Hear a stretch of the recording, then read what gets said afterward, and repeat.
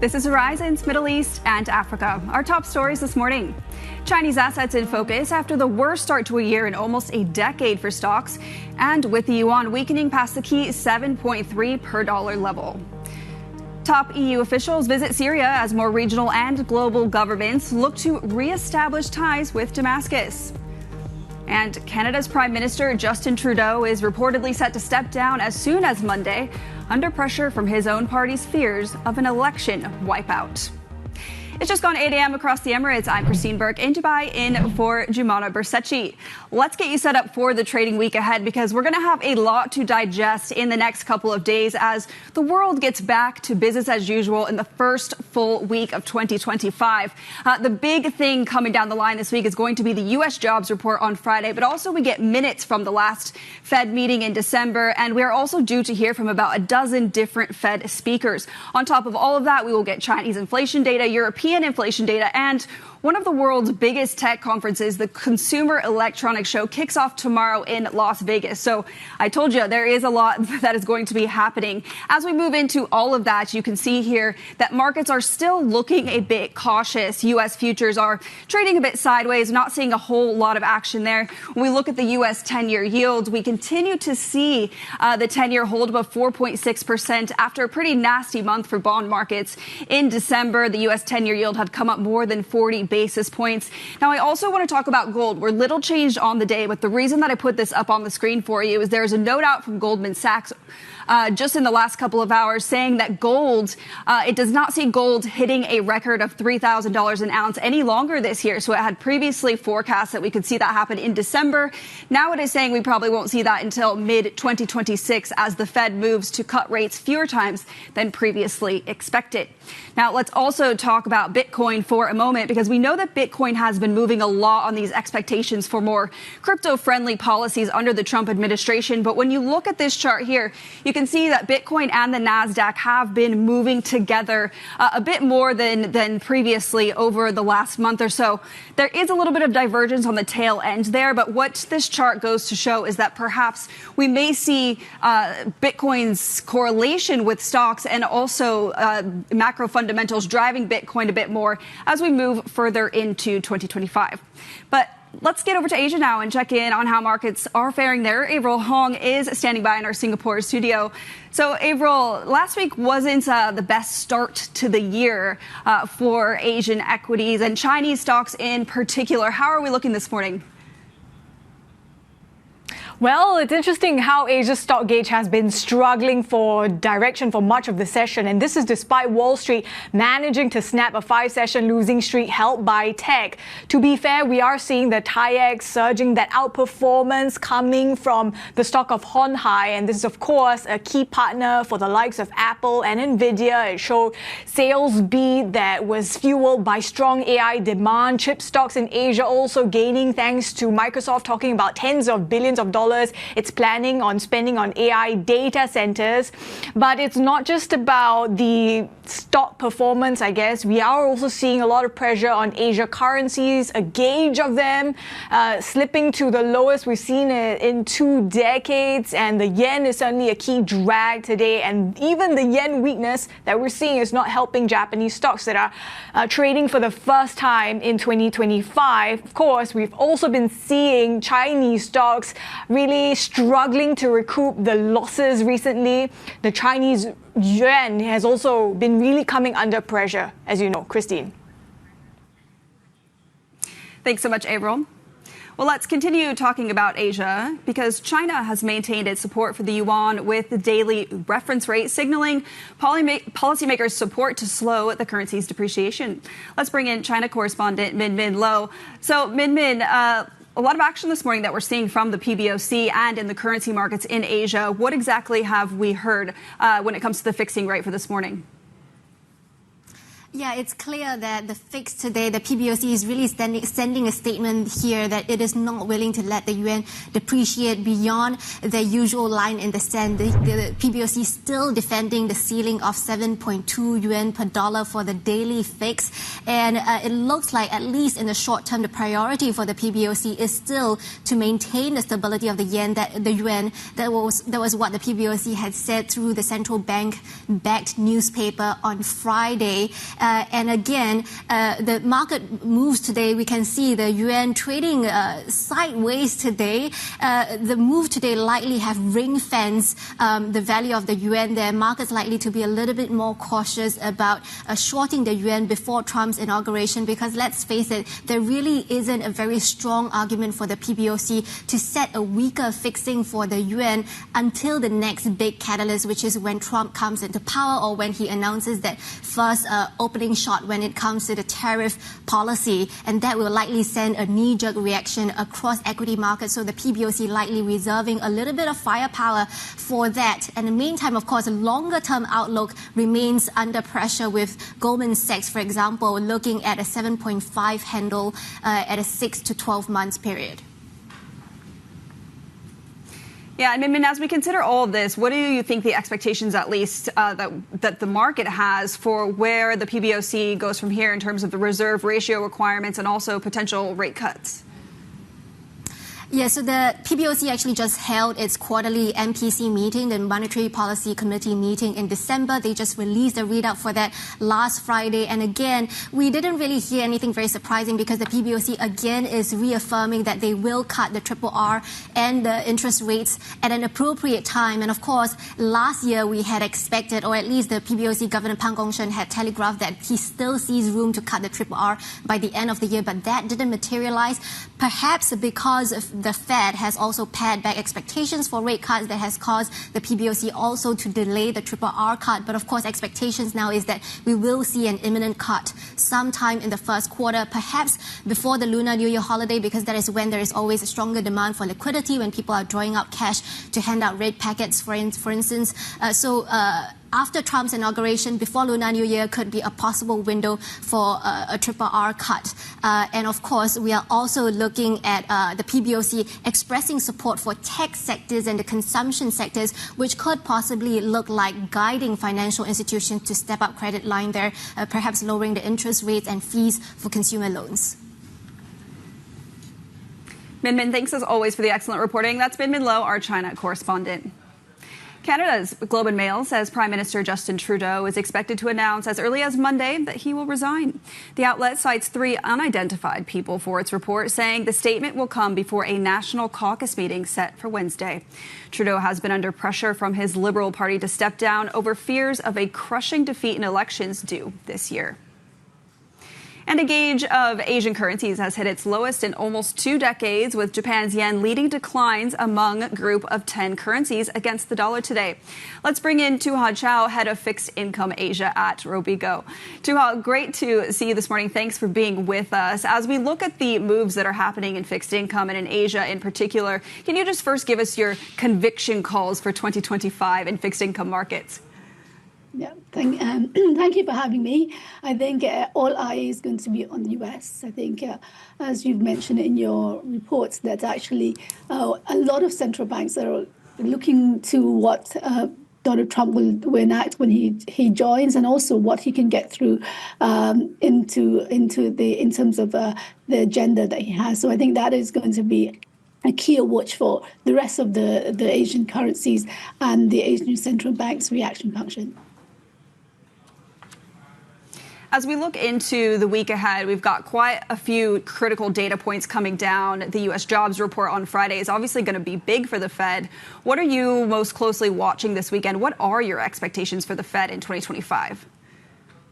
I think the data points are going to be important, but I think they're going to be temporal, because I think whatever trajectory we have is going to be could be changed quite substantially once we see what kind of policies are going to be enacted by the new administration. So we're watching that. I think what the concern is that if the jobs numbers are weakening, and at the same time the inflationary pressure continues to be sticky going into what is feared as a much more inflationary environment for the US, that could trigger the market to be a bit more concerned than it has been on the US economy.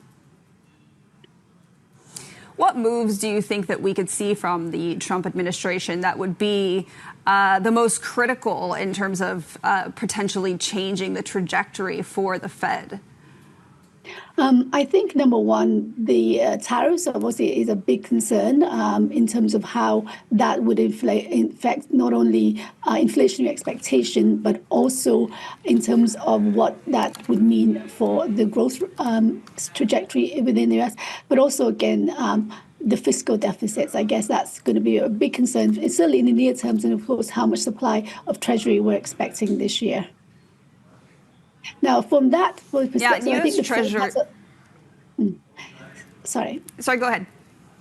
And I think there's a reason. I think the Fed is actually really pared back and kind of the cuts that they may have actually wanted to do before the election. So I think this is going to keep them a lot more cautious. We've heard a lot of the speakers come out and actually caution back for the market to rein back on its cut expectations.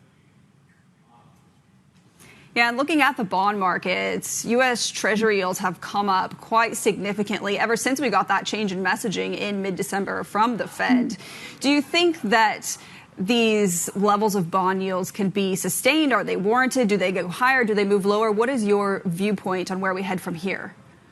I think they should consolidate at these levels as they wait for actually what the policy that will be enacted. I think, the expectations have actually moved a lot, but I think there is still room for it to go further until we get much more clearer guidance from what would actually happen in terms of policies this year. And that might not happen until actually the second quarter, when we know that actually what the House will do in terms of policy implementation. Thu Ha, let's quickly jump back to Asia, because that is where we started. I want to talk about the Bank of Japan, especially because we heard from Governor Kazuo Ueda just a little bit ago, actually. He was saying that the central bank will raise rates if economic improvements continue. What is your expectation for when we will get the next move in policy from the BOJ? I think a lot of people were hoping that actually that had already happened in December. So I think now January definitely has, and the data does seem to give them ability to do so. I think what is constraining them is actually the concern on their own domestic economy, wanting to see that much more robust before they kind of take these moves. And it's just so hopefully January will be the point. All data seems to give them good reasons to, but if they do push it a bit, it was more to do with actually just making sure that the domestic economy is in well stead. But I think it's very likely that it will happen in January. All right, Thu Ha, well, thanks so much. And you did make a very good point there that much of the market had expected that perhaps we're already going to see some action in December. Now then it was maybe January, now more of March. So a lot of uncertainty around where the BOJ actually takes things. Thanks so much for weighing in with all of your insights, and best of luck as we move further into the new year. That's Thu Ha Chow, head of fixed income Asia at Robeco. And coming up, we will get the latest on South Korea's political turmoil as investigators ask police to execute a warrant to arrest impeached South Korean President Yoon Suk Yeol. This is Bloomberg.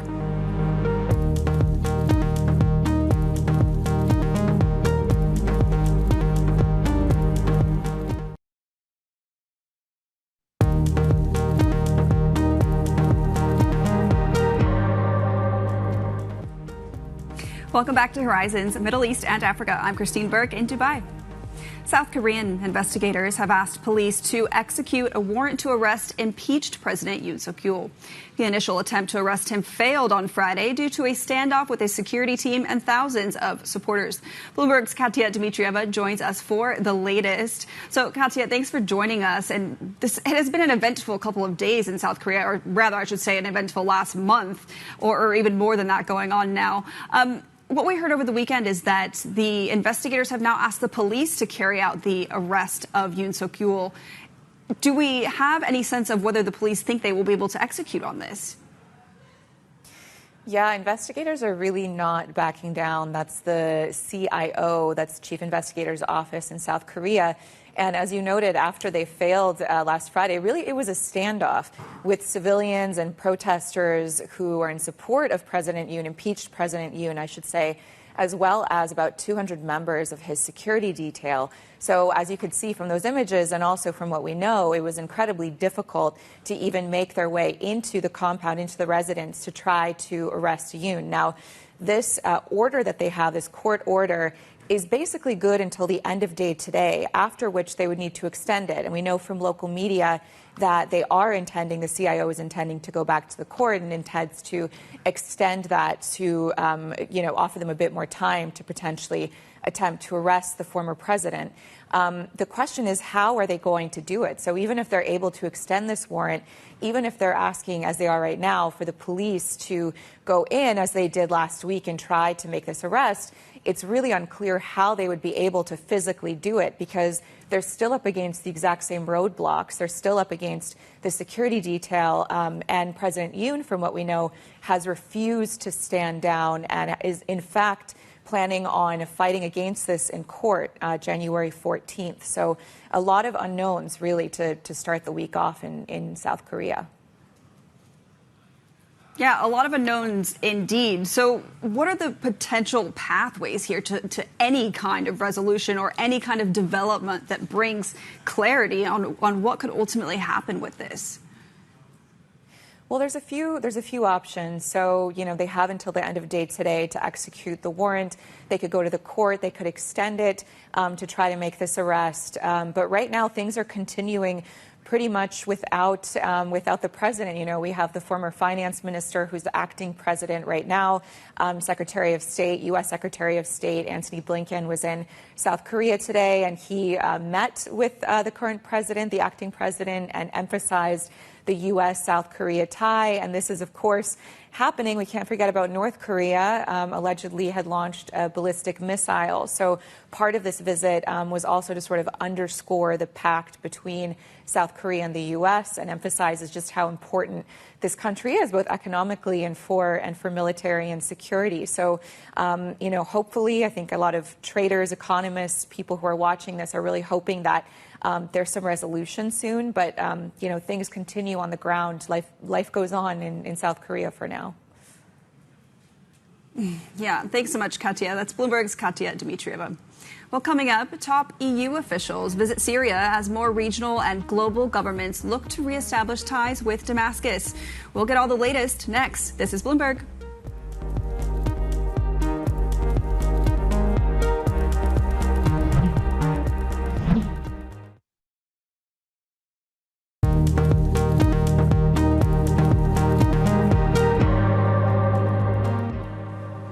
Welcome back to Horizons Middle East and Africa. I'm Christine Burke in Dubai.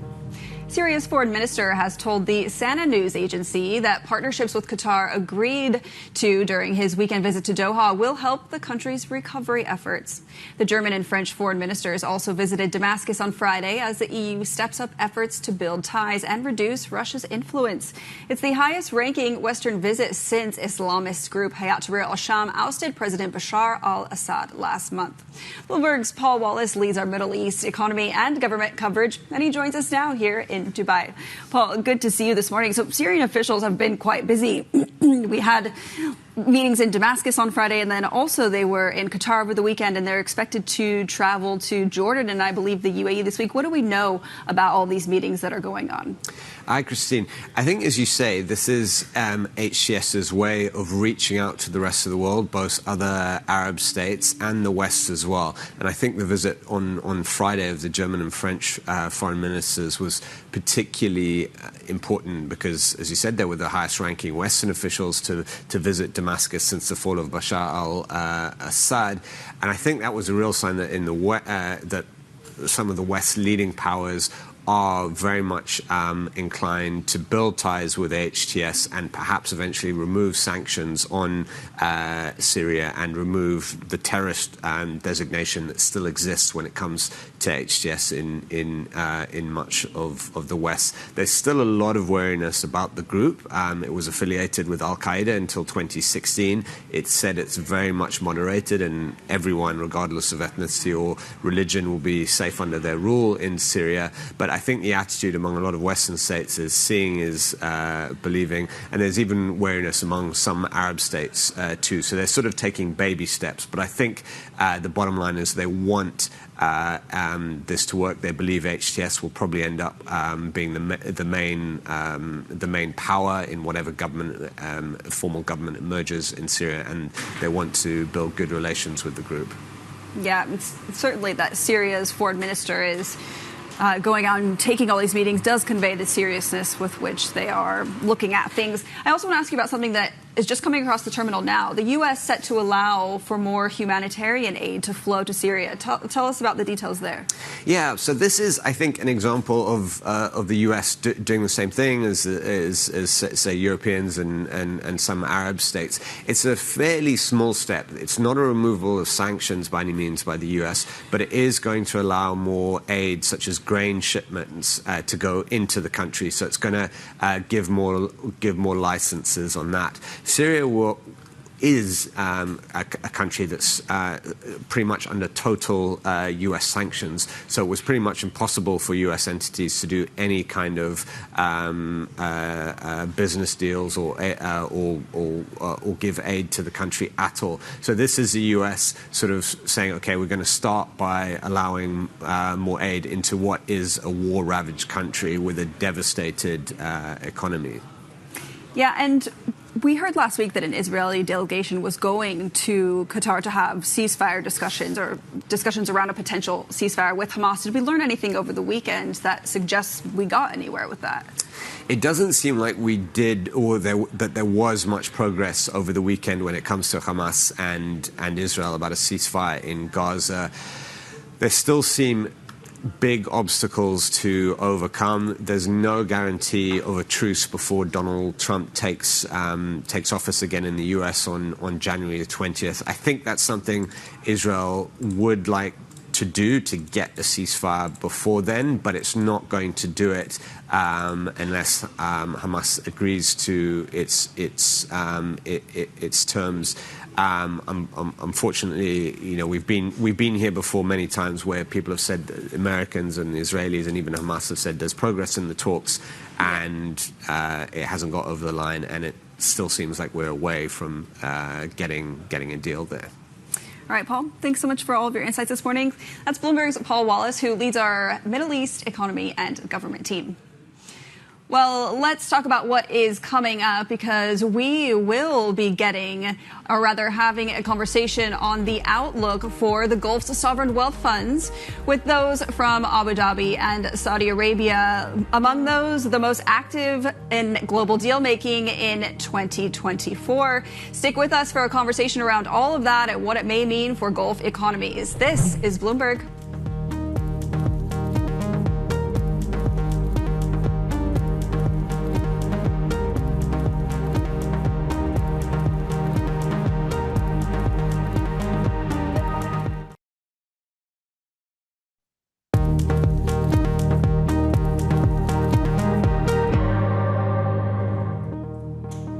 This is Horizon's Middle East and Africa. Our top stories this morning. Chinese assets in focus after the worst start to a year in almost a decade for stocks, and with the yuan weakening past the key 7.3 per dollar level. Republican Mike Johnson has won re-election as House Speaker after last-minute talks and a critical endorsement from President-elect Donald Trump. And South Africa looking to lure Chinese EV makers. We look at the tax break aimed at encouraging the production of new energy vehicles. It's just gone 8:30 a.m. across the Emirates. I'm Christine Burke in Dubai in for Jumana Bersachi. Let's take a look at these markets and get you set up for the week because we've got quite a bit of data coming down the line. We are due to get the U.S. jobs report on Friday. That is going to be the big print that may drive markets this week. On top of that, we also get Fed minutes, and we are due to hear from about 6 different Fed speakers, so there'll be plenty of Fed speak to digest. We also have inflation data that will be coming down from Europe and from China, so all of this will really be feeding into the narrative across global markets as we get into this first full trading week of 2025. You can see here this morning that S&P 500 futures and NASDAQ futures are moving in different directions, but pretty much flat on both of these. U.S. stocks did rebound on Friday after 5 consecutive days of losses. Now, when we look at the Treasuries market, there has been a lot of pressure there over the last month. The U.S. 10-year yield has come up more than 40 basis points. And when you look at it today, we are still firmly above 4.6% as traders focus on the path of Fed rate cuts in 2025 and the potential for us to see fewer rate cuts than perhaps markets had once predicted. We do get a number of Treasury auctions today, or not today, but rather in the coming days out of the States. So do keep an eye on that as well, as it could affect how markets trade. And then I put gold up for you here. We're little changed on the day today, but Goldman Sachs just released a research report saying that it does not expect gold to reach $3,000 an ounce until the middle of 2026. It had previously expected gold to continue rising and reaching that record level this year on the back of Fed rate cuts. But now that the Fed is expected to deliver fewer rate cuts, it doesn't see gold reaching that new peak until next year.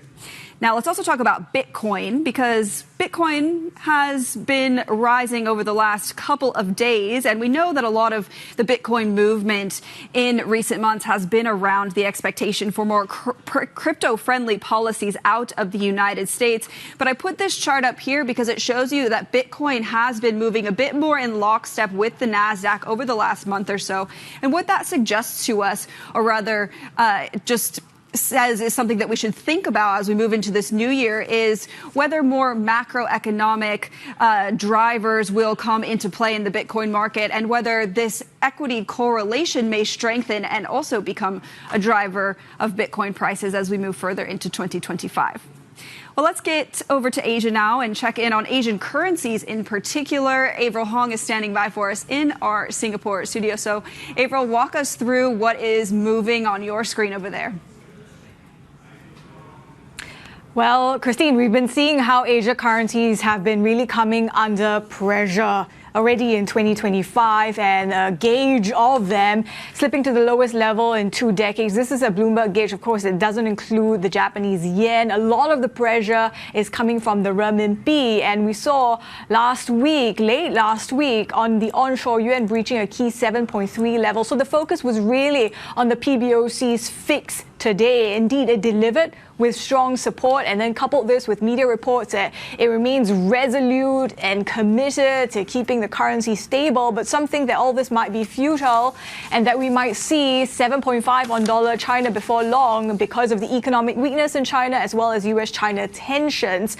The Japanese yen is also on the back foot today, indeed leading declines in the region, and this is after the BOJ Governor Kazuo Ueda reiterated a stance that they will start raising rates if the economic conditions continue improving, but the conditions have kind of already been met. So traders have been very frustrated at the slow pace of normalization from the Japanese central bank. Of course, the subtext to all the weakness we're seeing in Asia currencies is the strength of the dollar, as Trump is expected to pursue those America First policies this year. Christine? Thank you, Avril. That's Avril Hong, who is with us in our Singapore studio, always giving us the best of the breakdown in Asian markets. Well, to U.S. politics now. Republican Mike Johnson has won re-election as House Speaker, overcoming resistance from a small but pivotal group of conservative hardliners. For more, let's bring in News Desk editor Jill Desis. So, Jill, Mike Johnson won that vote very narrowly last week. It was 218 to 215. We've now heard comments from him. He's outlining plans for the House to pass a bill that will include pretty much all of Trump's policies, he says. What are we hearing?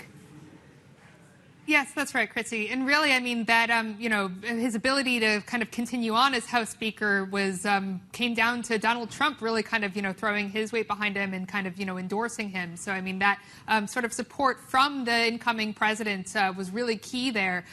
What, Johnson is saying about this bill is that he wants it to be a very, very comprehensive package that looks at all of Trump's major priorities that he wants to get passed, during his term in office. That would involve some pretty comprehensive changes to border security, including, a lot of money being put aside for mass deportations.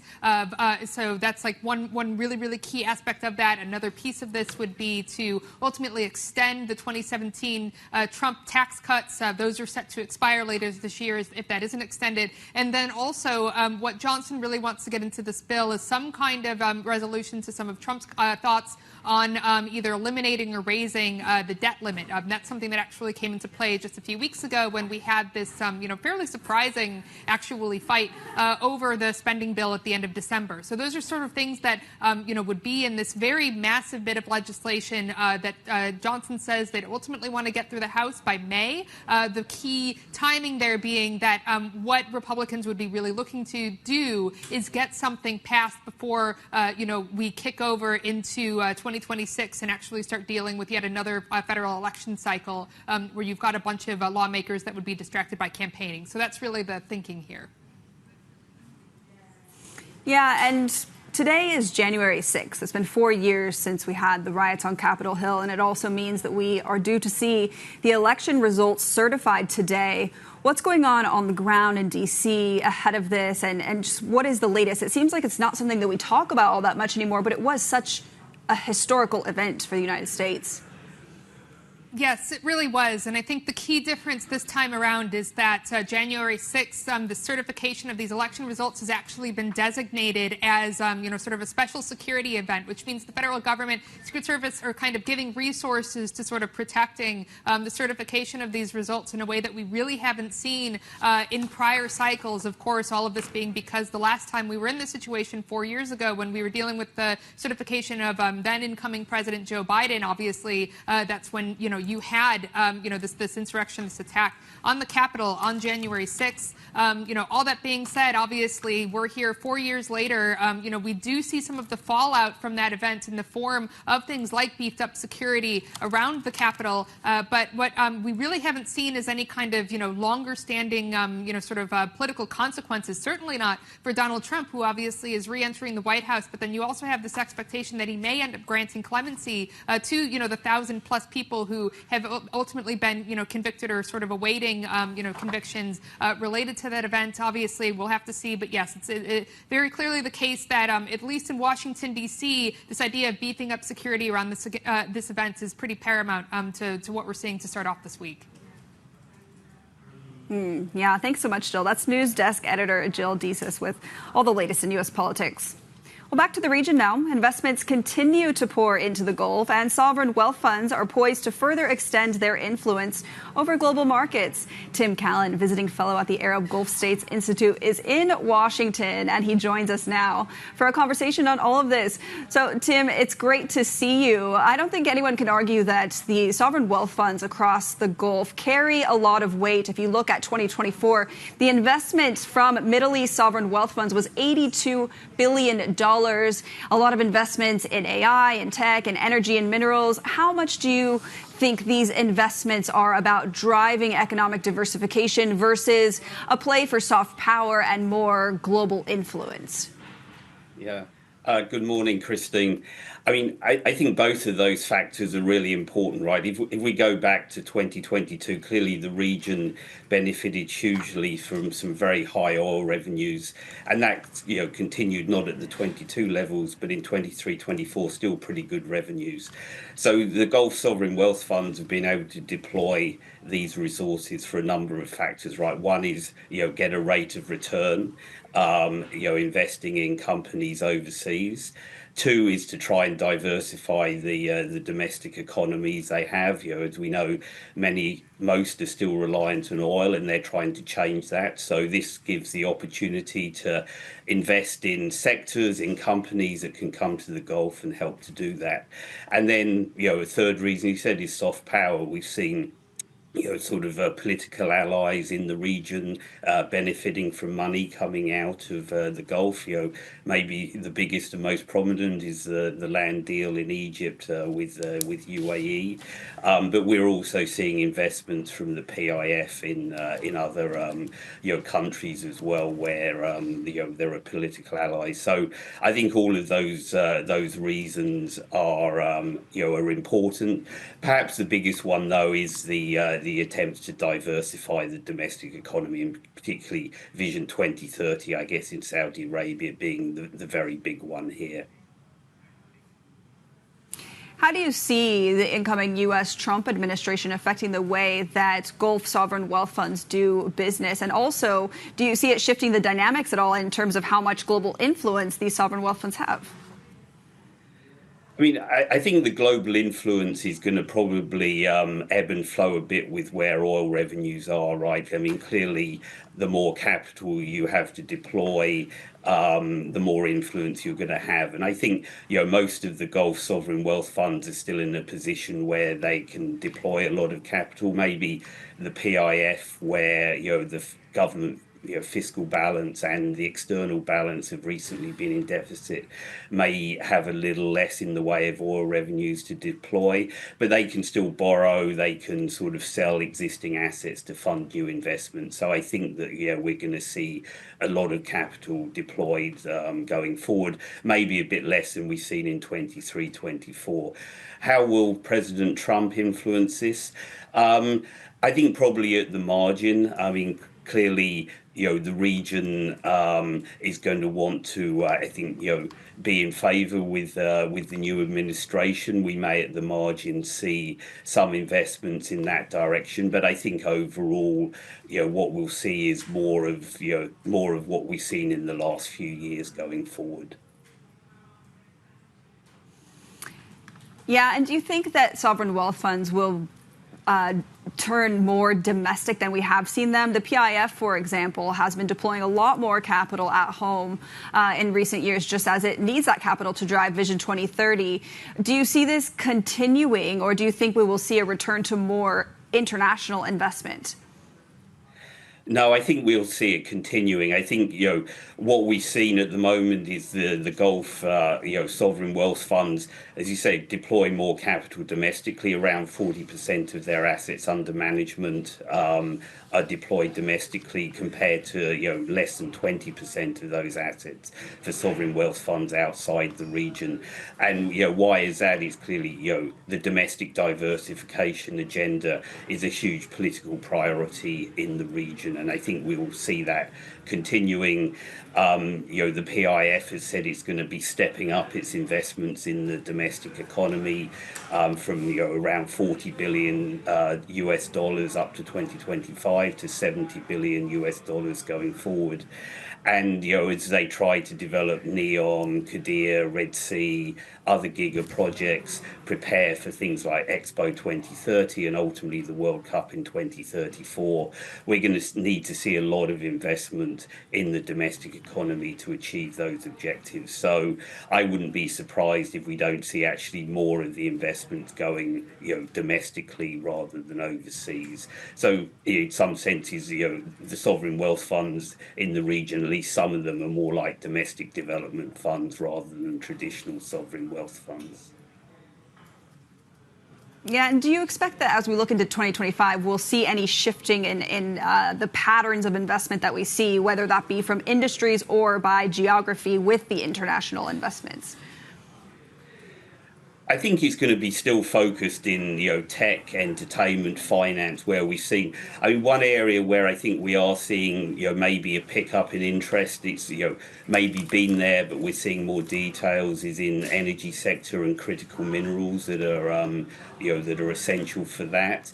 And I think also probably in terms of trying to develop sectors domestically, like electric vehicles, AI, we're going to see continued investments in those areas. So again, my sense is more of the same in the year coming up that we've seen in the last couple of years. Tim, we'll have to leave it there. Thanks so much for being so generous with your time this morning. That's Tim Callen, visiting fellow at the Arab Gulf States Institute in Washington. For more of these stories looking into the intersection of wealth and power in the region, sign up for our Mideast Money newsletter on Bloomberg.com.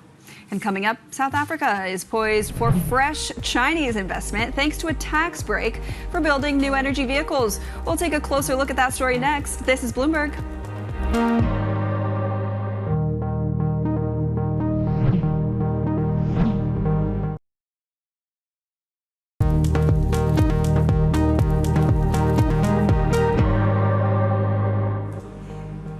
Welcome back to Horizons Middle East and Africa. I'm Christine Berg in Dubai.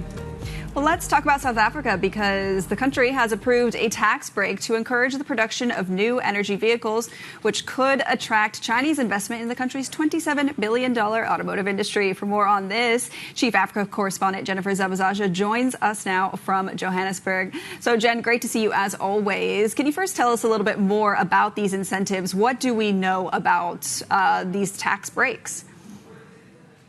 Right. Christine, this was something that the automotive industry had been calling for a long time here in South Africa. So this is really, as you were mentioning there, President Ramaphosa's effort to try to incentivize more manufacturing and production of electric vehicles here in the country. He's been trying to do this. Actually, the industry has been calling for this for quite some time, but it's relatively small and underdeveloped. So for this reason, we did hear from the National Association of Automobile Manufacturers of South Africa calling this a crucial step and saying that actually the start of this being in 2026 is a bit too late, but still saying that this is important to get South Africa to a place where EV production and demand is hopefully going to happen. And this law did enough, as our reporting suggests, to pique the interest of some Chinese EV manufacturers. Now, we don't know exactly who those are at this point in time, but still the fact that it is interesting international players is significant. The real question, though, is will it convince other Western car makers to come into the fold? Right now, at this point in time, we did hear from other car makers who say that they're still going to be sitting on the sidelines and focusing instead on internal combustion engines, which are really dominant in this country. But really, there's more and more calls and really more and more appeals to get electric vehicle production off the ground here in South Africa, especially in a market like this that is prime to be successful if this is invested in the right way. Yeah, and that's the supply side of things. But what about the demand side of the picture? We've been talking so much about EVs recently, especially in the wake of the Tesla deliveries last year that fell short of expectations. You had BYD in China that saw record numbers. What is the actual demand outlook for South Africa, especially given that, as you said, combustion engine vehicles are the most popular still? Yeah, Christine, it's interesting you mention Tesla because, of course, Elon Musk is from South Africa. We have heard a number of people, especially President Ramaphosa, at least try to court him here to try and get production here. But as you can see there on the screen, we have seen an uptick in EV demand and sales increasing. In 2024, we slowly saw it ticking up. But still, there's a lot of factors at play here, which are why we're not seeing the type of demand that you see in other parts of the world. Of course, there is the cost of electric vehicles, right? And so when we think about inflation and also interest rates being high, many people cannot afford electric vehicles. And then it also gets to the heart of what we heard from the association, which is that you can't just incentivize the car makers. You really have to broaden out the industry and put investments in everything that goes into making this successful. So that means fixing congestion at the ports. That, of course, means working working on electricity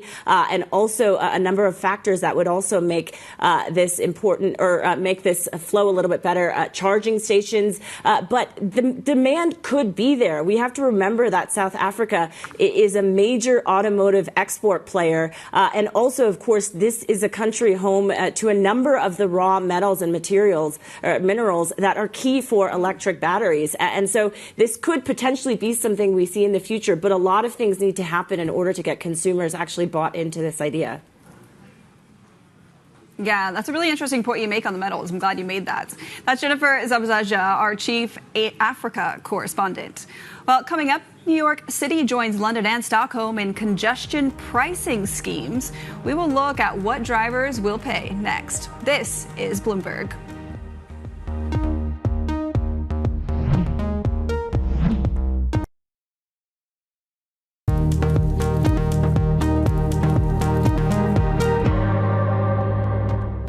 Talks of congestion pricing has been around for more than a decade, and it's one President-elect Donald Trump is strongly against. For drivers coming into the city for work on a daily basis, they can pay at least $45 a week in tolls. For drivers in Manhattan, transportation is about to get pricier. Motorists entering the congestion relief zone south of 60th Street will need to pay a toll. During peak hours for small vehicles and vans, $9 per day, down from an earlier plan of $15. For trucks and buses, between $14.40 and $21.60. Riding a motorcycle, $4.50. State leaders say the money will fill the MTA's $15 billion budget gap, paying for subway improvements and new electric buses. The plan will also help get at least 80,000 cars off city streets. In June, New York Governor Kathy Hochul delayed the measure weeks before it took effect. I have come to the difficult decision that implementing the planned congestion pricing system risks too many unintended consequences for New Yorkers at this time. 5 months later, Hochul revived the idea. Still, lawsuits from opponents, including New Jersey Governor Phil Murphy, poured in. We're not against lowering pollution. We're for that. But there's a time, there's a place, there's a deal that works for New Jersey commuters and ones that don't. And the MTA says that $9 daily toll will rise to $12 in 2028, and it will increase to $15 in 2031. In New York, Shaquille Omari, Bloomberg News. Coming up on Horizons, Ryan Lemand of Neovision Wealth Management joins us with his market outlook. And we'll also talk Turkey with Koç University's Selva Demiralp. This is Bloomberg. Stick with us.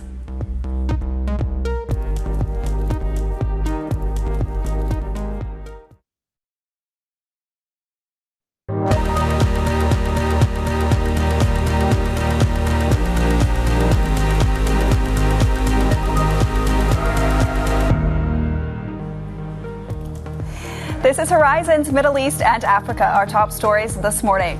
Chinese assets in focus after the worst start to a year in almost a decade for stocks, and with the yuan weakening past the key 7.3 per dollar level. Top EU officials visit Syria as more regional and global governments look to reestablish ties with Damascus. And Canada's Prime Minister Justin Trudeau is reportedly set to step down as soon as Monday under pressure from his own party's fears of an election wipeout. Good morning. It's just gone 9 a.m. across the Emirates. I'm Christine Burke in Dubai. And I'm Jennifer Zabazaja in Johannesburg, where it has just gone at past 7 a.m. Welcome to the second hour of Horizons Middle East and Africa. Well, let's get a check of these markets because we're seeing a bit of choppy trading in U.S. equity futures in particular. Over the last couple of hours or so, you can see here that we are starting the week with a mixed picture for U.S. futures. S&P 500 futures up, NASDAQ, or rather the other way around, S&P 500 futures down, the NASDAQ up. That's after we saw the S&P 500 rebound on Friday after a 5-day sell-off. And it's going to be a big week coming up. We get the U.S. jobs report on Friday. We also get about half a dozen different Fed speakers. We've got Fed minutes. On top of all of that, we will get inflation data out of China and out of Europe. So really a lot for the markets to digest as we move into this first full trading week of 2025. Now, let's talk about treasuries for just a moment as well, because the U.S. 10-year yield continues to move and hold above 4.6%. We saw the U.S. 10-year yield come up about 40 basis points over the month of December as traders anticipated perhaps some fiscal challenges out of the United States and also the potential for fewer Fed rate cuts over the course of 2025. Now, another place to put some attention this morning is Brent. So Brent is coming off of a stellar week, actually. It rose 3.5% last week and is trading at the highest level since mid-October. But the reason I put this up is because we're seeing weakness this morning, and there is a note out from Morgan Stanley this morning saying that it expects the oil market to be in a surplus of about 700,000 barrels a day in 2025, and it sees that anchoring Brent oil prices at around $70 a barrel over the course of this year. So just something to keep in mind. Now, another asset we should talk about, Bitcoin. Let's put this chart up for you so I can show you something that has captured my attention this morning. This is a chart showing you that the Bitcoin and the NASDAQ 100 have been moving a bit more in lockstep over the last 30 trading days. You can see that correlation was really quite strong in the first half of December and then maybe not so much towards the end of the year. But the reason that I put this up here is because it just suggests that as we move into 2025 and consider where Bitcoin heads, it's worth asking the question of whether the cryptocurrency will be driven by more of Bitcoin specifics or more macro fundamentals or more of this equity correlation. So there's that for you. Let's check in on how markets in Asia are faring now, because Avril Hong is standing by in our Singapore studio to break down all that's happening there. Avril, what are you watching?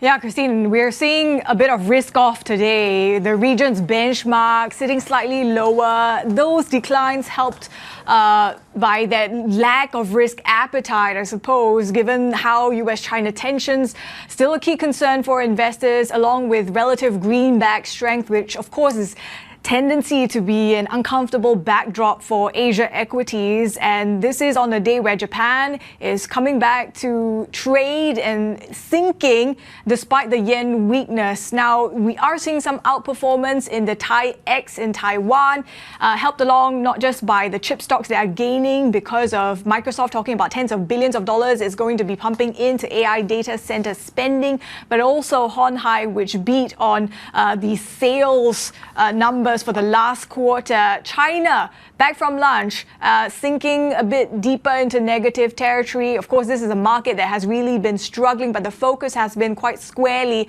on the Chinese currency, which on the onshore breached a key level last week.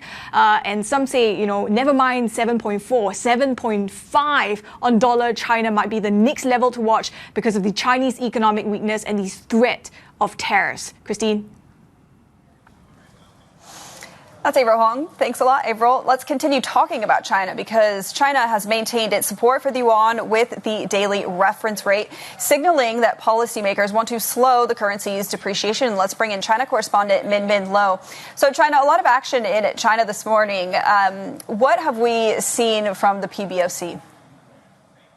Yeah, this morning the fix was close to 1,200 pips above estimates. So really a very strong fix there, as it had been over the past few days, the first few days of this year, really. And there has been a lot of depreciation pressures on the yuan, a lot of market speculation, just given how wide the spread is between the onshore and offshore yuan. Market volatility, implied volatility, also starting to tick up there. But today the PBOC showed us yet again its determination to really defend that proverbial line in the sand. 7.2 per yuan per dollar appears to still be the ceiling for the daily fix. It looks like the PBOC is still prioritizing maintaining the stability of the yuan, at least until the next big catalyst, which is when President-elect Trump comes into office. Of course, longer term, the depreciation pressure is there, because if you look at how China compares to other major currencies, it's actually strengthening given how much the PBOC has been defending the value of the yuan. So sooner or later, it will have to allow the yuan to depreciate. And of course, 7.5 is possibly the level that we're watching for in a 6 to 12 months time frame. Yeah, interesting. And what are the expectations then from here for potential rate cuts and further intervention beyond what we have already been seeing? Yeah, really not much changes in terms of expectations there because the PBOC has said repeatedly that it is going to cut the RRR as well as interest rates, quote, at an appropriate time. And of course, the PBOC governor, Pan Gongsheng, had previously hinted that he sees more room for RRR cuts at the end of last year, but that didn't really materialize. It could possibly be delayed because the Fed has also pared back expectations for rate cuts, and you have to think about the pressures, the capital outflow pressures if China were to cut interest rates at this point. So that has been delayed. The expectation right now is that we could get some sort of action from the PBOC, perhaps ahead of the Lunar New Year, because that's when you always get increased demand for liquidity when people are drawing out cash to give out rate packets during the Chinese New Year holiday, and also after Trump's inauguration as well. And the PBOC also signaled that it will be providing more support for the tech and consumption sectors, which could possibly look like guiding these financial institutions to step up credit for these sectors, perhaps lowering the interest rates or fees for consumer loans as well. Yeah, Min, thanks so much for breaking all that down for us. That is Min Lo, our China correspondent. Now let's turn to Canada. Canada's Globe and Mail says Prime Minister Justin Trudeau is expected to announce as early as Monday that he will resign. The outlet cites 3 unidentified people, saying the statement will come before a national caucus meeting set for Wednesday. Bloomberg News' desk editor Jill Deeses joins us now from Hong Kong. So Jill, really surprising timing-wise that this news is coming out. Talk to us about the recent challenges, though, that Trudeau has been facing and how we got to this point now. Well, Jen, at this point, it's just politically, everything has been incredibly challenging for Trudeau over the last several months. He's actually been facing quite a bit of internal pressure from his own party. And that was before last month when we really had the biggest blow up here in terms of how Trump and his cabinet were ultimately prepared to respond to, sort of threatened tariffs from incoming U.S. President-elect Donald Trump that actually resulted in the resignation of his finance minister, who was one of his most loyal cabinet members throughout the tenure of his presidency, and it kind of appears to have reached the point where it just became untenable for Trudeau to really hang on. Do want to clarify here that at this point the Globe and Mail report does say that he hasn't actually made a definitive decision to resign. It's also not clear exactly how all of this might play out. If it's the case where he leaves that leadership of his party and then remains prime minister while there's sort of a run out to find another replacement prime minister. All of that is still kind of up in the air at this point. But what does appear to at least be clear is the fact that, again, at this point, it's really just become pretty untenable for Trudeau to kind of hang in there as prime minister. And Jill, you mentioned President-elect Trump. Many people remember a lot of the comments that we heard from Trump, one of which being that not too long ago, he said making Canada the 51st state is a great idea, not necessarily making this easy for Trudeau. I mean, how much of this decision is potentially triggered by what happened post the U.S. election? Yeah, I mean, in addition to those comments from Trump, we also got, some surprising comments from Trump saying that he was thinking about trying to implement 25% tariffs on goods from Canada coming in to the United States. He was saying that was sort of in response to some, of his ongoing concerns about border control and the fentanyl crisis, something that, was really sort of front of mind for Trump during his first term in office. That does seem to have kind of, created, something of a bit of a surprise within Canada and some concerns about how that ultimately would impact Canada's economy. I mean, you had economists say that, tariffs that great could ultimately result in, a knock of something like 2 to 4% off of Canada's GDP. So, I mean, really, really serious concerns there. It does seem like at least some of the most recent turmoil has kind of resulted on how exactly the Trudeau administration planned to respond to some of that and how exactly it was aligning its administration to eventually respond, to a new world in which, Trump is once again president of the United States. So I would say that, it does appear, at least from the outside, that has kind of factored in, at least fairly significant into some of this political turmoil that you're seeing in Canada. Yeah, great reporting as always. A lot to pay attention to. Bloomberg's Jill Deeses. Jill, thanks as always for your time. Now, still ahead, Neovision says Donald Trump's proposed tariffs are expected to exert additional inflationary pressures and compel the Fed to reassess its policy. More on their market strategy next. This is Bloomberg.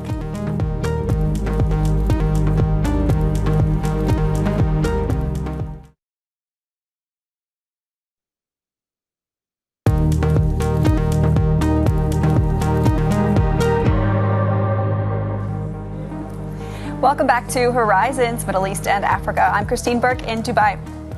Well, the gauge of Asian currencies has hit its lowest in almost 2 decades against the dollar. Meanwhile, Asian stocks have fluctuated as investors grow wary of taking more risk ahead of an incoming Trump presidency. Joining us now is Ryan Lemand, co-founder and CEO of Neovision Wealth Management. Well, Ryan, great to have you with me on set here today. Thanks for coming on and sharing all of your views. Let's first start with the stock markets and equities, because really we've gotten off to somewhat of a weak start for 2025. There was no Santa Claus rally for the S&P 500. Chinese equities don't look very strong either. What is your expectation for where we go from here? Do you see this weakness as indicative of more to come? Well, let's go back to the last Fed meeting where we had one vote that was against cutting rates, the jobs report, and a few other things. So today, the equities markets are a bit worried that we go back to raising interest rates rather than cutting them. The policies of President Trump are expected to be inflationary, namely on the tariff side, and the deflationary policies are supposed to come a bit later. So this is where there's a lot of uncertainty with the stock markets. So everyone today is in a wait and see until President Trump takes over, and we see exactly how the calendar will pan out. So is that the biggest driver for 2025? Then that may be a silly question, but is it really all about Trump? What about, going back to the macroeconomic fundamentals and other things like that? I suppose Trump affects it all, though, right? You see, Christine, that's the thing. And I've been talking about this here on your set for 2 years now. The problem is that in the U.S., everything has been reliant on government spending. You've seen the deficit. You've seen half of the jobs, or 40% of jobs, have been government jobs, social security, education, etc. So the U.S. economy has been very reliant on government spending. And that is why today policymakers, public administration, political leaders are key here on what's the next step for the U.S. Stock markets and the U.S. economy. So this is why there's a wait and see at the moment on what's going to happen. It's much less reliant, as you say, on fundamentals. Look at the U.S. stock markets. We're looking at one stock, basically, NVIDIA. Yeah. A U.S. stock market should have 20 NVIDIAs, not one NVIDIA. The U.S. stock market deserves 20 NVIDIAs, not just one. So imagine something goes wrong with NVIDIA. Oh, well, my goodness. Let's talk about the U.S. consumer then some more, because we know that Trump has plans to try to rein in government spending. U.S. consumers are getting used to, or have gotten used to, elevated interest rates over the past couple of years. What now? How do you see the health of the consumer? So if we look at a couple of things, first of all, savings rates. Saving rates are below 5%. Would like to see them above 5%, which is the long-term average. We're at 4.4%. Then if you look at the household savings, total savings are $1.2 billion, or hovering around $1 billion. So they've dropped substantially since the pandemic. The second thing is the credit card delinquency rates, or default rates. They're actually quite high. And they've jumped recently to 4.4% and rising. So this is also a concern. So yes, the U.S. consumer has been struggling with inflation. So now if we see more tariffs being imposed, inflation coming back, then yes, the U.S. consumer is a concern. What do you think the possibility is here that we look into 2025, we try and gauge what we're going to see from the Fed, and that we actually have it completely all wrong and that nothing is going to go according to plan? Absolutely. So we're taking really extreme cases, having the 10-year yield at 6%, where inflation is back, and on the other hand, the U.S. going into a recession and then having to cut rates much faster. We're looking much more at these barbell scenarios rather than the midsection.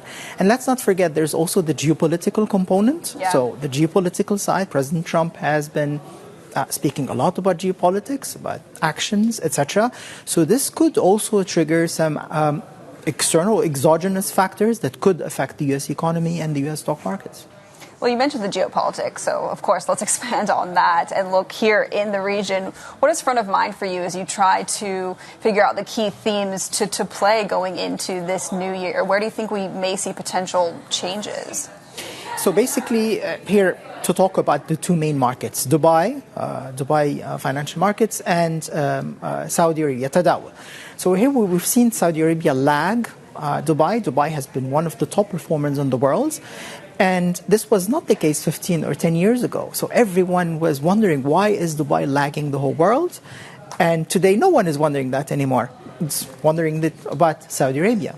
So it's actually very simple. One, it's reform. Reform always bears uncertainty, and foreign investors and institutional investors, they don't like uncertainty. And the second is geopolitics. Saudi Arabia is very close geographically to the tensions that are happening from a geopolitical perspective. So yes, this is affecting markets. Most potential, Saudi Arabia, because it has lagged.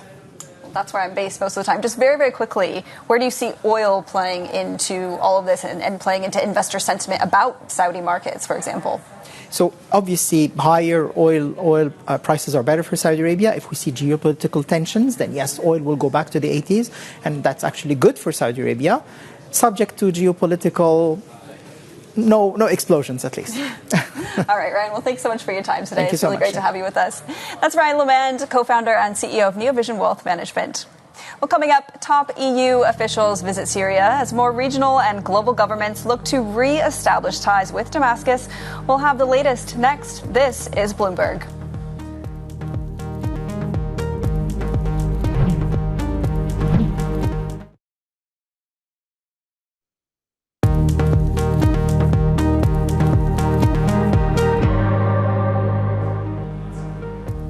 Welcome back to Horizons, Middle East and Africa. I'm Christine Burke in Dubai. Syria's foreign minister has told the Sana news agency that partnerships with Qatar agreed to during his weekend visit to Doha will help the country's recovery efforts. The German and French foreign ministers also visited Damascus on Friday as the EU steps up efforts to build ties and reduce Russia's influence. Now, this is the highest-ranking Western visit since Islamist group Hayat Tahrir al-Sham ousted President Bashar al-Assad last month. Bloomberg's Paul Wallace leads our Middle East economy and government coverage, and he joins us now. Paul, good morning.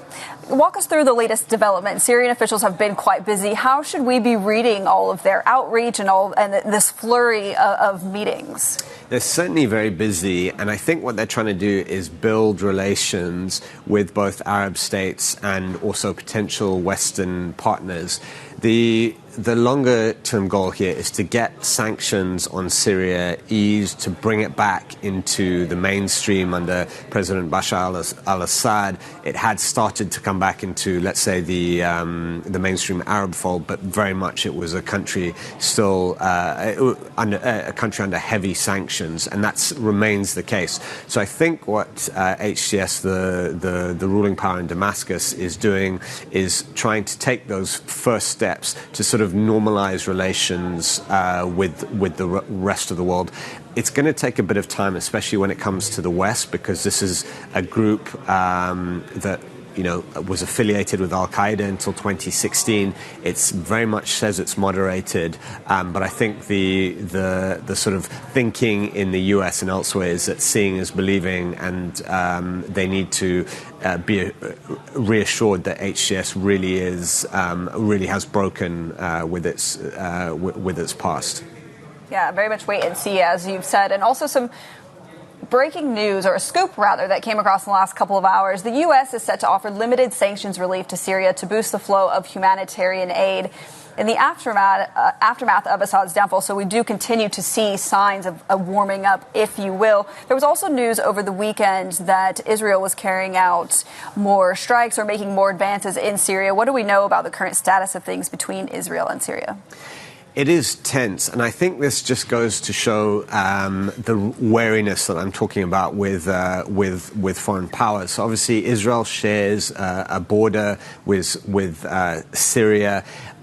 almost immediately after the downfall of Assad in early December, the Israeli military struck sites across Syria, essentially trying to damage things like chemical weapons stockpiles and also conventional weapons. Israel says that these are all potential threats to its security, so it wants to take them out. It has also said that it says that the world shouldn't be conned by HTS saying it's moderated, and that this is still a hardcore Islamist group that will present or does present a threat to Syria.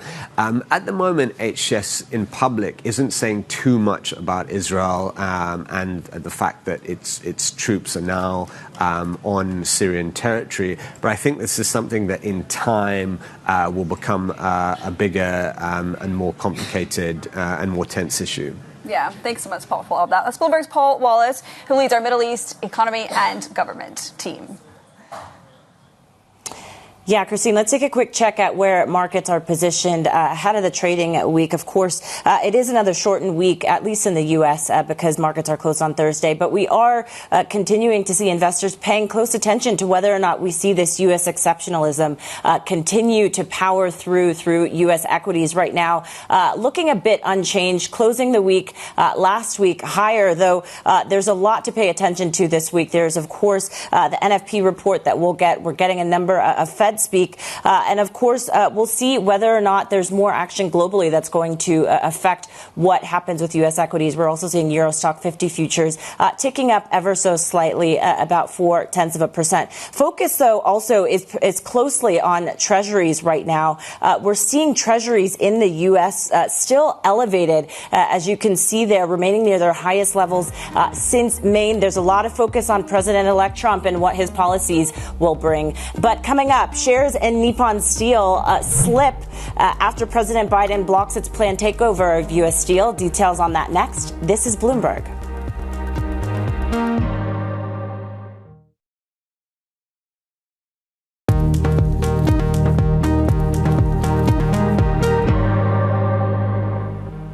This is Horizon's Middle East and Africa. Our top stories this morning. Canada's Prime Minister Justin Trudeau is reportedly set to step down as soon as Monday under pressure from his own party's fears of an election wipeout. South Africa looks to lure Chinese EV makers with a tax break aimed at encouraging the production of new energy vehicles. And Nippon Steel shares in focus after President Biden blocked its $14 billion U.S. steel takeover, citing national security risks. It has just gone 7:30 a.m. in South Africa. I'm Jennifer Zapasaja in Johannesburg. And I'm Christine Burke in Dubai, where it's just gone at 9:30 a.m. Welcome to Horizon's Middle East and Africa. That's right, Christine. Second half of the second hour. Always great to be with you.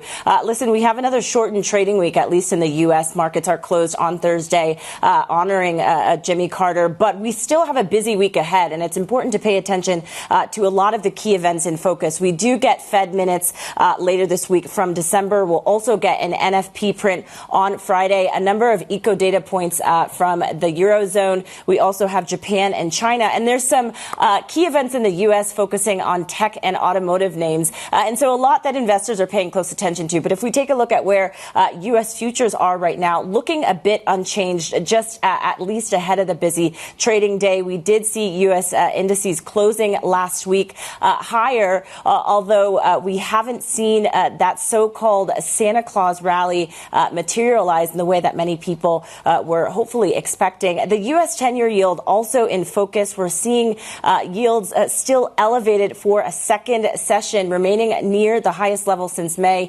Many investors watching closely, of course, what President-elect Trump ends up ushering in terms of policies.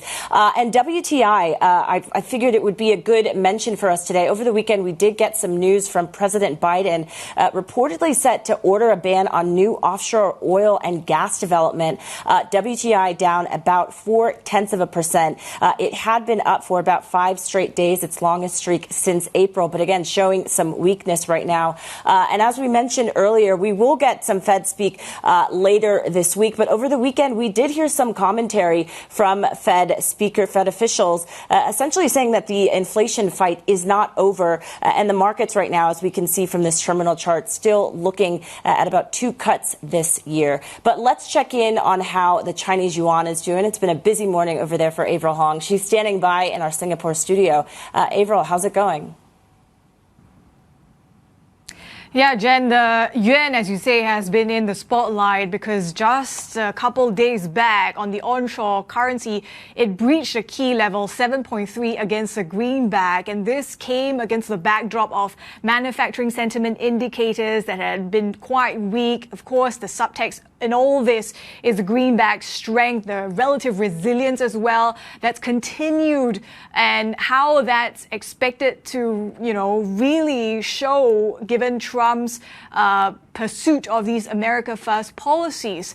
So that is the backdrop against which we're seeing these dollar China expectations of it not just going past 7.4, but potentially even 7.5 before the year is through. I just wanted to highlight that, yes, we did see the PBOC today coming through with support via the yuan fixed strong versus estimates for yet another day. But some of our MLive contributors have also been highlighting, if you look at how it's been trending versus not just the greenback, but versus some of these other major peers on the yuan basket, it's actually been strengthening. So to some, this suggests that eventually the PBOC might have to start loosening its grip on the currency, and that's something that we're going to be keeping an eye on when we look at the Chinese currency. Guys? Thanks so much, Avril. That's Avril Hong, who is in Singapore for us there. Well, President Biden has blocked Nippon Steel's $14 billion takeover of U.S. Steel, citing national security concerns. For more, let's bring in managing editor for commodities and energy in Asia, Clara Ferreira Marquez. So, Clara, thanks for joining us today. This decision had been widely telegraphed by President Biden. We knew that he was likely to block this decision, but nevertheless, it is still a very big decision, especially for Nippon Steel, which had hoped to increase its crude steel production capacity by something like 30% with this deal. What happens for these two companies now that Biden has moved to officially block this deal? That's right. So while Biden had expressed on many occasions his opposition to the deal, it's still really significant in the process that he has now formally blocked it. Now, the presidential decision is in. The companies have both said they will take legal recourse, meaning they will appeal. They will probably take this to court. The likelihood of success is quite narrow, especially when we think that President-elect Donald Trump has already voiced his own opposition to the deal. He is, of course, a transactional president, who knows? But for the moment, the odds are looking quite difficult for these two companies. For U.S. Steel, this is billions of dollars of investment that they won't be getting. And for Nippon Steel, as you correctly highlight, it's all about growth. So that's really what we're looking to hear from them. Where will they look beyond the U.S.? What other markets? Even within the U.S., are there perhaps other targets that they could look for? Yeah, and both of the companies have said that they will challenge this. Is that even a remote possibility that they could be successful in doing that, or is this pretty much just dead at this point? It's very difficult to see success at this point, in all honesty, but they can appeal. They can on a technicality. It is still possible. They could even come back at the deal in a slightly different form. I mean, these options are all open, but it is looking very difficult, and it is likely, if you're sitting at sort of Nippon Steel HQ today, that you will be looking at other options. You might be looking at Southeast Asia. You'd certainly be looking at India, the big markets, both from a producing and from a consuming perspective in Asia. If you're going to really compete with China, this is where they will be looking if the US has become a lot more challenging. Yeah, and just looking at U.S. Steel reaction on Friday, the shares there were down 6.5%. And then, of course, we're already seeing how the reaction is playing out in Japan today. Clara, thanks so much for breaking all that down for us. That's managing editor for commodities and energy in Asia, Clara Ferreira Marquez. Now, Turkey's inflation rate fell more than expected last month, with prices rising by an annual 44.4% in December, compared with 47.1% in November. The central bank's preferred month-on-month inflation gauge was 1.03% down from 2.24%, potentially making further interest rate cuts easier. Let's bring in Selva Demiralp, economics professor at Koç University. Selva, thanks so much for joining us. So we have these data points that we did get not too long ago. Does this guarantee cuts in 2025, in your opinion? And if so, what is the pace at which we actually see that playing out? I don't think the underlying inflation data guarantees further rate cuts, but I think the policy preferences in Turkey that promotes growth is guaranteeing more rate cuts. And the reason I think about this is because in November, when central bank had the inflation report, they revised up their year-end forecast for 2025 from 14% to 21%. And then in December, as you mentioned, they cut rates by 2.5 percentage points. The question then is, wouldn't it make more sense to leave the forecast for 2025 at 14% and don't cut the rates at all? I think the answer has to do with the growth orientation of the government. Of course, anywhere in the world, governments typically prefer higher growth rates. But in Turkey, inflation or price stability has never been the priority. And what makes me think that more rate cuts are coming is in December, at the same time that central bank cut rates, we have heard from government officials that further rate cuts are going to be coming. So that makes me think that more cuts are coming, but I hope that the central bank's rate cuts are not going to be any more than the actual decline in the inflation rate, because our forecasts are pointing out to around 12 percentage points decline in inflation rate throughout the year. So if the central bank cuts its policy rate around that much, then the real rate is going to be more or less stable.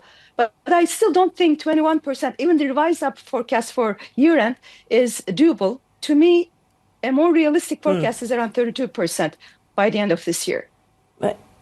Selva, what role, though, do you believe President Erdogan has in this? Because he has mentioned that we will see easing in 2025. Again, how does fiscal policy play into what we ultimately see for the economy?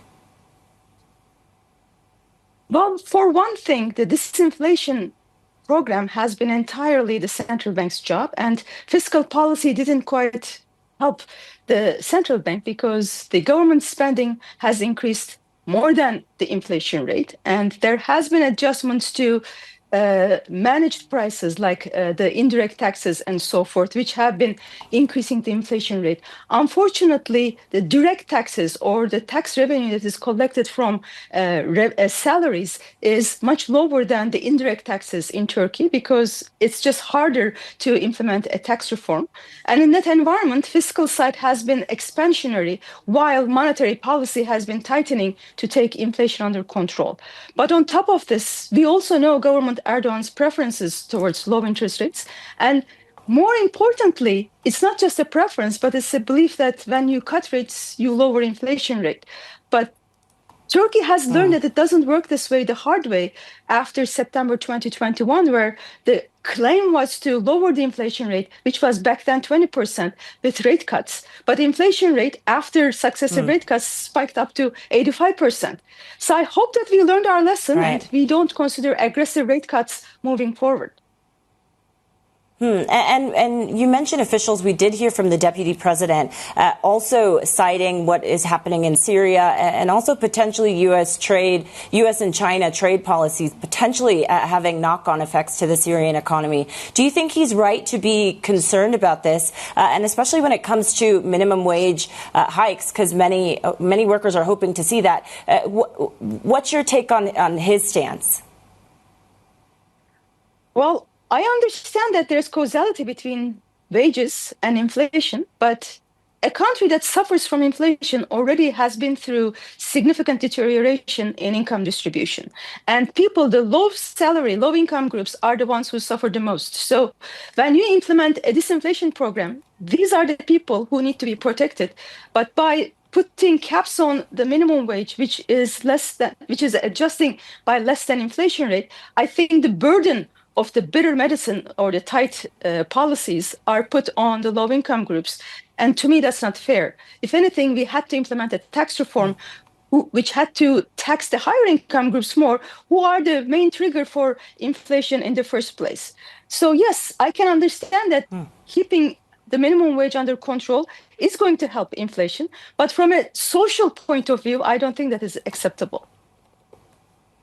And finally, Selva, let's get your outlook on the lira and what happens next. What do you think is going to ultimately influence some of the price action that we see there? So in 2024, the central bank has been allowing for a depreciation in Turkish lira by less than the inflation rate. So to keep the real exchange rate or the real lira-dollar exchange rate appreciate over time, because that's one of the main tools of inflation targeting. When, as I mentioned in the previous question, when you don't get enough support from the fiscal side and when you cannot increase interest rates as much as it is necessary to meet your year-end targets, keeping the exchange rate under control and therefore the spillovers from the prices of imported inputs under control is one way to deal with inflation.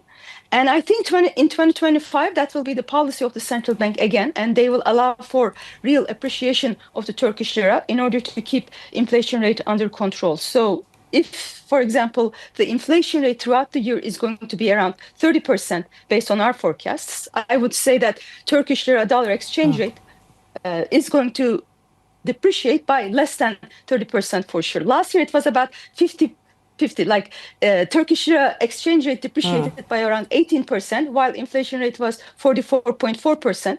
I don't think the gap is going to be this much, but I think there's still going to be real appreciation of lira. Right. Fascinating insights. Great to get you on. Selva Demiralp, economics professor at Koç University there in Istanbul with us. Thanks so much, Selva. Great to have you on. Now, coming up, South Africa is poised for fresh Chinese investment after President Cyril Ramaphosa signed a tax break for the production of new energy vehicles. Details on that next. This is Bloomberg.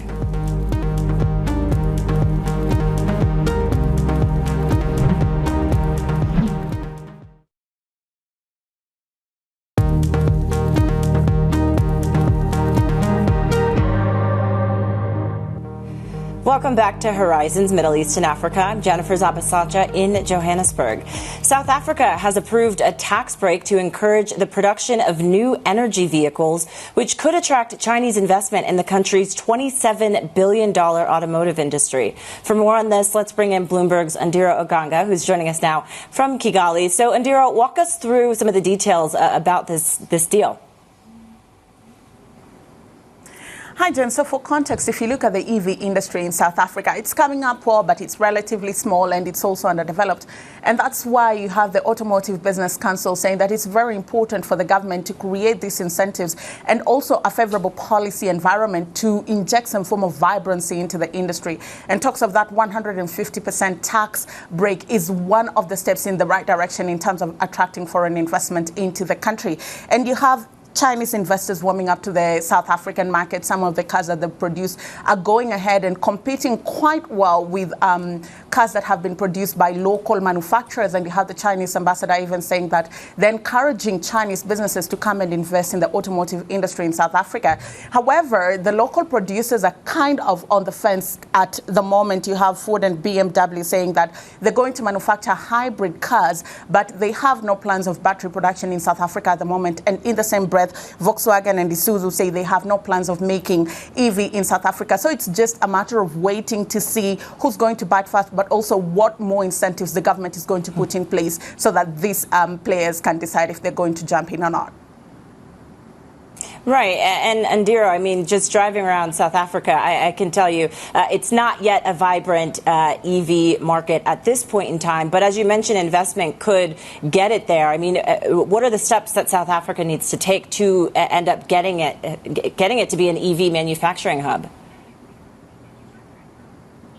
Jen, there are a couple of things that the country needs to get right. One, they need to look at electricity and having constant supply of it, having it affordable at industrial level, and also streamlining their logistic network. You have road, you have railway, reducing congestion at the port, and also building of charging stations. EV industry needs a whole ecosystem around it to work. But also it's important to know that South Africa has what it takes to build and run a successful EV industry, from infrastructure to an affluent market base that can afford these cars, to also key minerals that are responsible for the EV industry. They're the biggest producer of manganese and nickel for batteries, and also they're the largest mine of platinum used for hydrogen-powered cars. So South Africa has exactly what it takes to catapult it to the next level.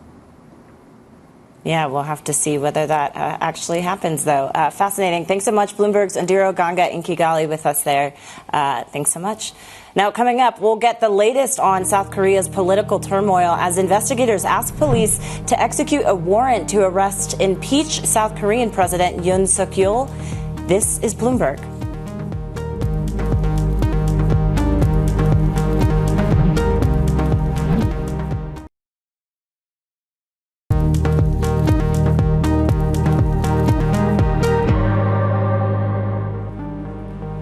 Welcome back to Horizons Middle East and Africa. I'm Christine Burke in Dubai. U.S. Secretary of State Antony Blinken has expressed confidence in South Korea's acting leader as the two nations reaffirmed their security alliance during meetings over the weekend. He spoke just a short time ago in Seoul. Have a listen. Korea's democracy has been tested in recent weeks, just as American democracy has faced challenges throughout our history. But you are responding by demonstrating your democratic resilience. The United States has full confidence in South Korea's institutions, and we reaffirm our unwavering support for the Korean people as they work tirelessly to uphold those institutions. In the meantime, South Korean investigators have asked police to execute a warrant to arrest impeached President Yoon Suk Yeol. The initial attempt to arrest him failed on Friday due to a standoff with his security team and thousands of supporters. Bloomberg's East Asia government editor John Herskovitz joins us now for the latest. So, John, thanks for joining us. What is the latest that is happening with this arrest? Is the standoff any closer to not being a standoff anymore? And is the arrest likely to happen or not? I think that we're still in the standoff mode. There's been some procedural changes that have gone on. The investigative office, the corruption investigation office, which has been in charge of this, handed over the duties to serve the warrant to the police. The warrant, the current warrant expires, I think, at the end of the day today. The investigators will probably seek an extension or refile for it. But the thing is, Yoon still has his presidential security unit there, and they are blocking. Yoon will have them block the serving of the warrant, and there are also thousands of protesters who have, in Yoon's favor, who are camping out in front of his residence, who are also providing a bit of a blockade for this to happen. So what we're seeing now is that the standoff is there. It's going to continue unless there's some significant step down on Yoon's part, on Yoon's security, or the police decide to take some sort of aggressive action. Things will probably stay where they are at this standoff position. Yeah, and we have heard from Yoon's side of things that he does not plan to back down and that he does intend to proceed with a challenge to this impeachment and arrest in court. So no backing down there. Let's talk about Antony Blinken. We just played you that soundbite there. He's just in Seoul, having visited over the weekend, having held discussions. Why was Blinken visiting South Korea, and what's the significance of the comments that have come out from the Secretary of State? Blinken was trying to reassure South Korea, when it's going through a lot of political turmoil right now, that the alliance is strong, it's solid. Despite what's going on in Seoul with the leadership, the U.S. is standing by South Korea. And under Yoon, cooperation with South Korea, that's also included Japan, has gotten much stronger. So Blinken met with the acting president. They discussed various issues, including North Korea's dispatch of arms and troops to help Russia with its war in Ukraine. And North Korea also responded a bit today with the launch of an intermediate range missile, which was timed for Blinken's trip. It's been a while since they've done a missile launch. This is the first of the year. And it raises concerns about North Korea as it goes into a new year and is taking it. Kim Jong-un and North Korean leadership has pledged to take a very hard line on the U.S., even with the new Trump administration coming in. Yeah, it was difficult to see that launch happening while Blinken was there. Thanks, John, so much for all of your time. That's Bloomberg's East Asia government editor, John Herskovitz. Well, let's get a check at these markets as we prepare to wrap up Horizon's Middle East and Africa for today. You can see U.S. equity futures are nudging higher just a touch. That's after we saw the market rebound on Friday. But we have been trading pretty much sideways all day today, and we've actually been quite a bit choppy. So the key things coming out today, we get factory orders and durable goods orders out of the U.S. We're also due to hear some Fed speak as well. And you can see that European stock futures are pushing up just a little bit as well, about 0.5%. And we do get a lot of European inflation data coming across. So that will be a focus there. Well, that's it for Horizons, Middle East and Africa. I'm Christine Berg in Dubai with Jennifer Zambazaja in Johannesburg. Stay with us for Daybreak Europe. This is Bloomberg.